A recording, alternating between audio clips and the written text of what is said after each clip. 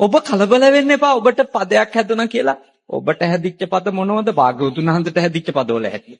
භාග්‍යවතුන් වහන්සේ මෙහෙම ධර්ම දේශනා කරමින් ඉදිද්දී කිංචමානවිකාව කියලා ස්ත්‍රියක් ඇවිල්ලා කිව්වා මේ කුසේ ඉන්න ළමයා ඔබගේ කරුණා කරලා බණ කීම නවත්තලා දැන් ගෙදරින් මේ වගකීම බාරගන්න කියලා.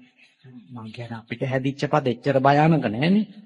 මම කල්පනා කරනවා මට කවුරු හරි පදයක් හදලා කියලා ආරංචි වෙනකොටම ලොකු දෙයක් ඔය ගානෙන් නැවතිච්ච එක බුදුහාමුදුරන්ගේ මට්ටමට ආවේ නෑනේ කියලා.